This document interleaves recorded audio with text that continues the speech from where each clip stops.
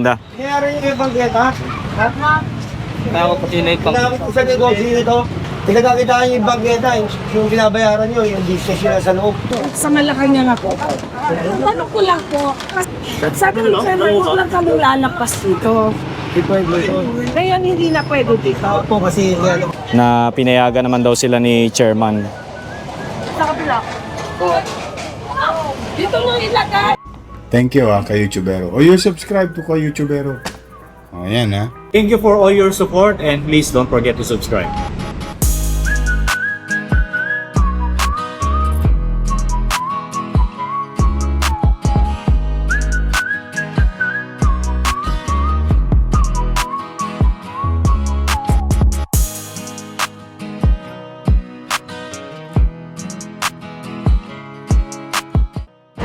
Bong.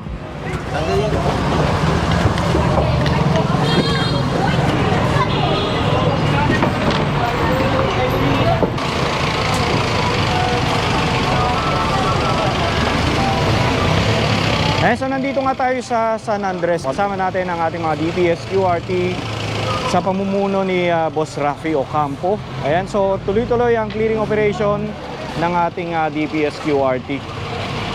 So again, follow-up clearing ulit tayo ng mga lugar na na-clearing na.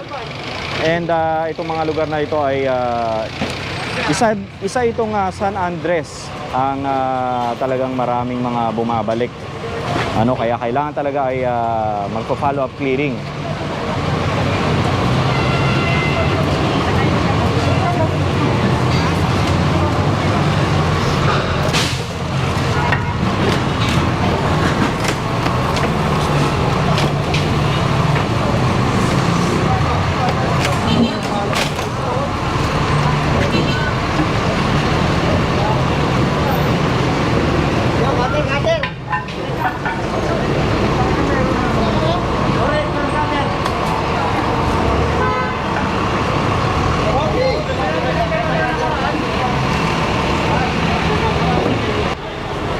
Ayan, San Andres tayo. And again, ulitin ko lang, kasama natin ang ating mga DPS QRT sa pamumuno ni Boss Rafi Ocampo. And kahapon hindi natin kasama si Boss Rafi. Pero ngayong araw, ayan, kasama na uli natin si Boss Rafi Ocampo.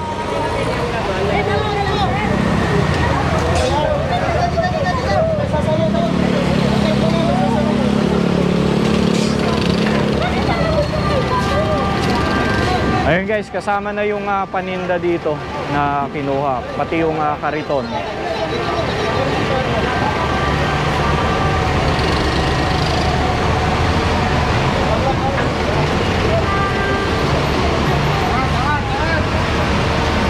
Okay, so yung mga kinukuhaan ng mga paninda, yun yung mga vendors na paulit-ulit na sinabihan na wag nang bumalik. Pero ayun nga, bumabalik pa rin. Kaya kinuha yung kanyang paninda kasi talagang umaabuso. Ayan, kita nyo naman, nasa kalsada talaga sila mismo.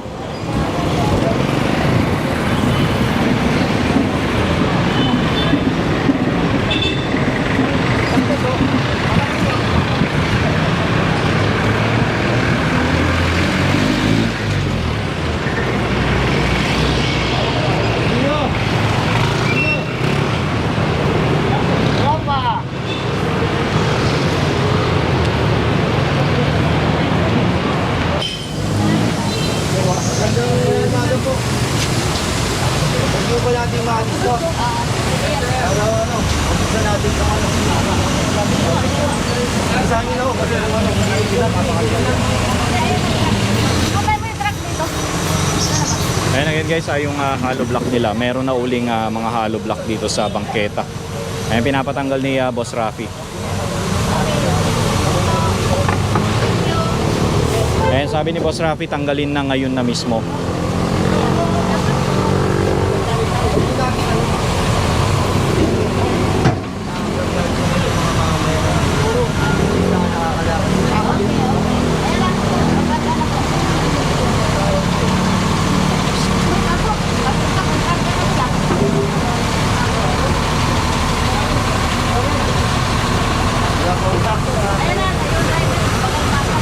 Okay guys, so ayan na, papalis na dun sa ano. Papalis na may-ari.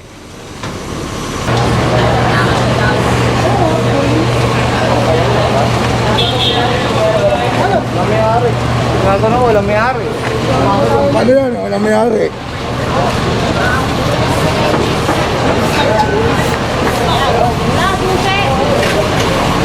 Biglang luminis dito guys, oh.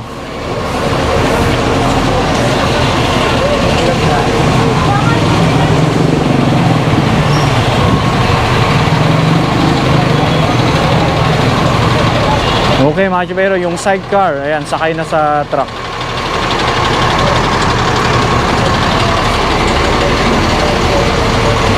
Ayan, sakay na. Dito na tayo kay Boss Rafi.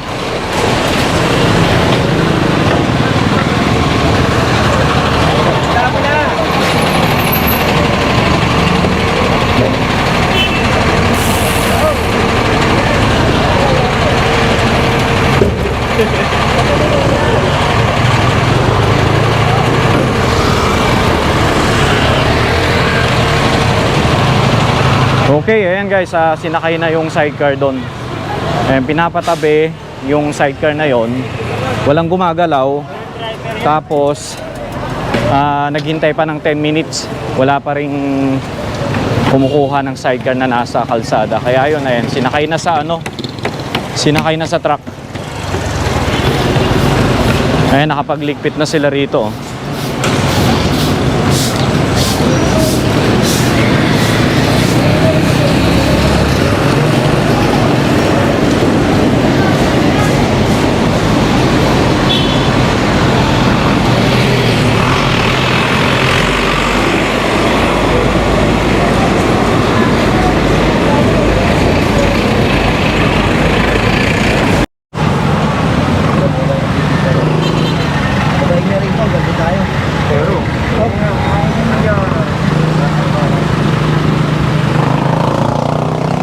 Okay guys, so Pedro Hill naman tayo.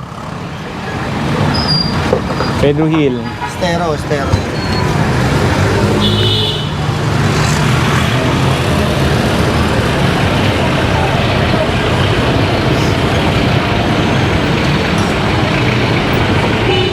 Ayan guys, ang ating mga DPS Estero Ranger, ayan, nandito sila para maglinis ng ano rito, ng mga basura dito sa baba ng creek. Ayan, o, kita nyo, oh.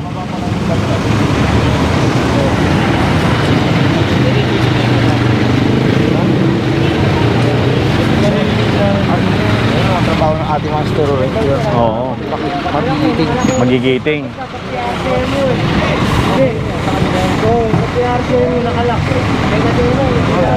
Grabe, ang daming basura. Trabaho nila, no? Oo nga, grabe. Buti na lang naglagay si Mr. Kenneth Amurao ng DPS Estero Ranger na tagalinis ng mga estero dito sa Maynila. Kasi kapag wala, na-imagine nyo ba guys kung gaano karami yung mga basura sa mga estero. Kaya saludo tayo sa lahat ng mga Estero Ranger. And of course kay Boss Kenneth Amurao.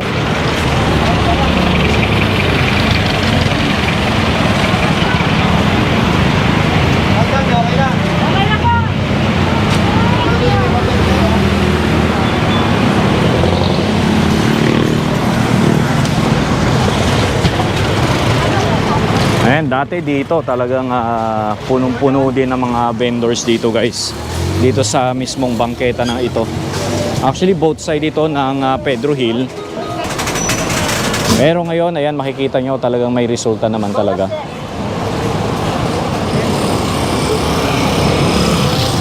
Pero hindi ko naman sinasabi na wala na. Meron pa rin dahil may mga nagsusulputan kaya kailangan talaga silang binabalik-balikan ng ating mga DPS QRT, Manila Hawkers. Ayan. Kasi masasayang yung paninda nyo pagka nadaanan namin yan. Nasa labas yan kanina, no?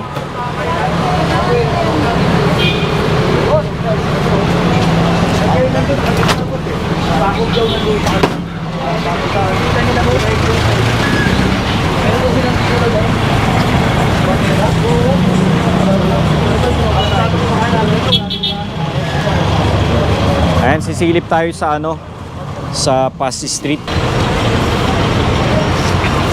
Ayan, nandito na tayo sa Pasig Street, kung saan madalas din mag-clearing ang ating Manila hawkers. Ayan, Pasig Street. Lumakbo ah. Ayan, ibang-iba na talaga kumpara dati talaga, guys. Kung mapapanood nyo yung mga video natin from before, yung mga lumang video natin, etong Pasig Street, Pedro Hill, Ilinaw, ayan, grabe yung mga vendors talaga sa bangketa. Ayan, nandito na ulit tayo sa Pedro Hill.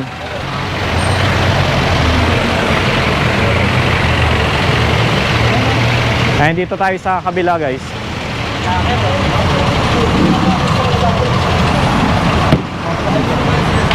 Laki-laki na yung negosyo. Wala namang pa kayo sa tao.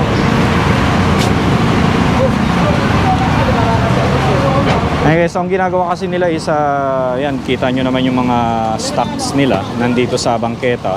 Tapos dito sila mismo sa bangketa nag-assemble ng mga cabinets at saka mga table.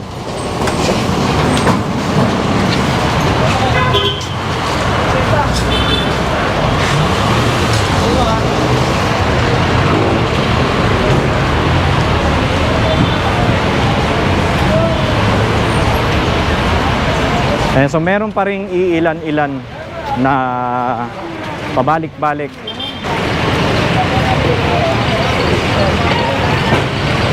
Ito naman ang mga taong bayan, ayaw sa Eh, pinapasok na lang yung yung sofa nila sa loob.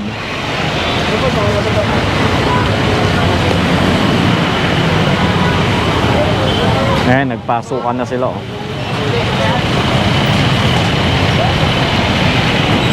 Ay, Mercedes Street.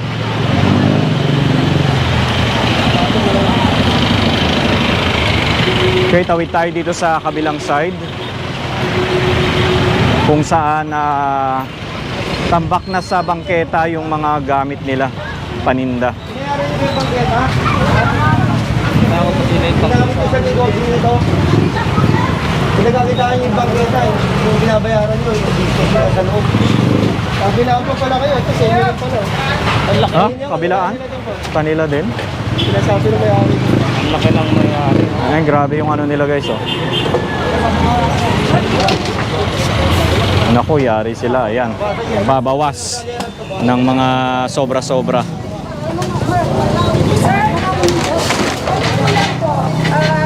sa Malacanang ako. Tanong ko lang po, kasi dito, Ayan, guys, Malacanang. sabi ni Chairman, sabi ni Chairman, wala kami lalagpas dito. Ngayon, hindi na pwede dito. Po kasi ano masabi ko. Okay lang po. Tapos sir, ito kaka-deliver lang. We will comply. Ay, sa inyo ito. Ito po, sir. Ay, guys, kita nyo, sinakay na yung iba dun sa truck. Ito pakita ko rin. Ito sir, ato din dito yung Mirabels. Tawag ba yan? Madam, kayo, dito rin po ba kayo? Hindi ko Lodge na lang po kayo, ano pa yung mga bata. Ang kasi ganito. Meron po tayo sinaro ng Manila. Anti-road. Pasok mo. Pasok mo. Apo. Apo. Aware naman po kami doon. Wala po Kami po, nandito po kami para magtrabaho lang po. Hindi po para... Wala pong problema. Pasok nyo na lang dito. Pasok nyo na lang dito. Kasi akala namin, pwede kami dito kasi yun ang sinabi ni Chairman. So ngayon na sinabihan nyo kami na hindi pala pwede, alisin na lang na namin. Chairman naman, alam naman yung chairman yan. Sige po. Unang-una silang unang binabagsakan ng Sir, memo. huwag na naman pakuha. Kasi kumbaga warning lang naman. Ma'am, kasi So, ayan, kita nyo naman, tinangay na yung iba. Ibang mga paninda nila rito na nasa bangketa. And, ayun, sabi daw ni Chairman, pwede naman daw sila rito sa bangketa. Ayun, narinig nyo naman kay Madam na pinayagan naman daw sila ni Chairman. Dito nyo ilagay. talaga. So yung ibang paninda nila, yan, kinuha na ng ating mga DPS QRT. Yung iba, pero yung iba, ayan, binigay naman sa kanila talagang kahit papano ay pinagbibigyan pa rin sila. Kaya lang sana ay hindi na nila abusuhin. Kasi ang nangyayari kasi minsan kapag pinagbigyan mo, abusuhin naman nila. Akala nung iba is nakikipaglaro lang ang mga gobyerno. Nakikipaglaro lang ang gobyerno pero hindi.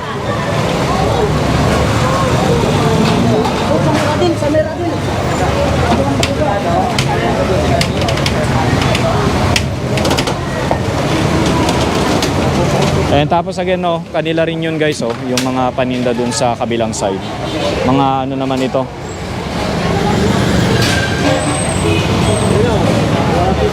Mga washing machine, mga cabinets pala to. Hindi po. Ayan, ito guys, oh. Okay lang po.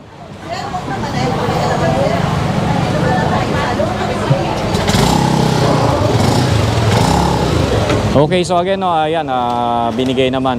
Nag-uusap lang sila.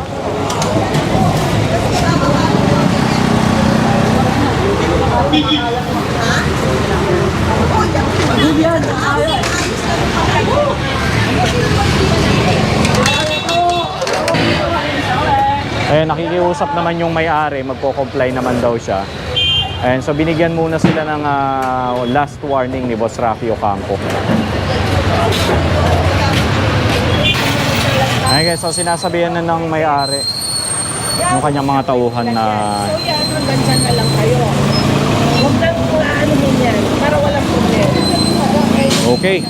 Ayan guys, so sinabihan na ng may-ari yung mga tauhan niya na bawal na sila maglagay doon sa bangketa. And in fairness naman doon sa may-ari ay maayos naman kausap.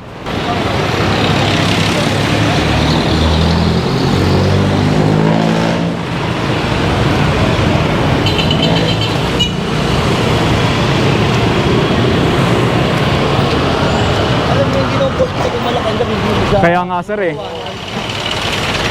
taga Malacanang ako. Okay, tabi mo yung iba, pero...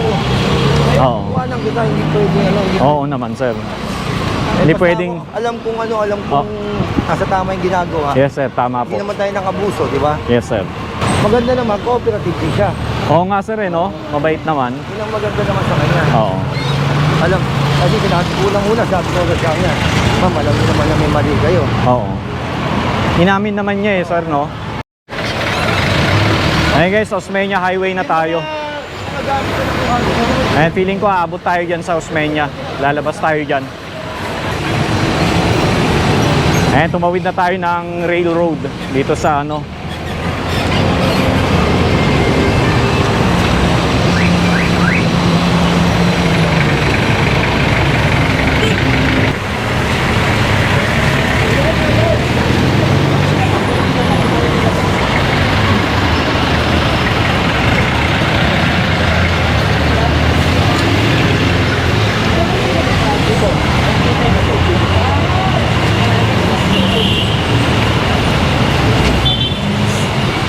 Ayan, isang lamesa.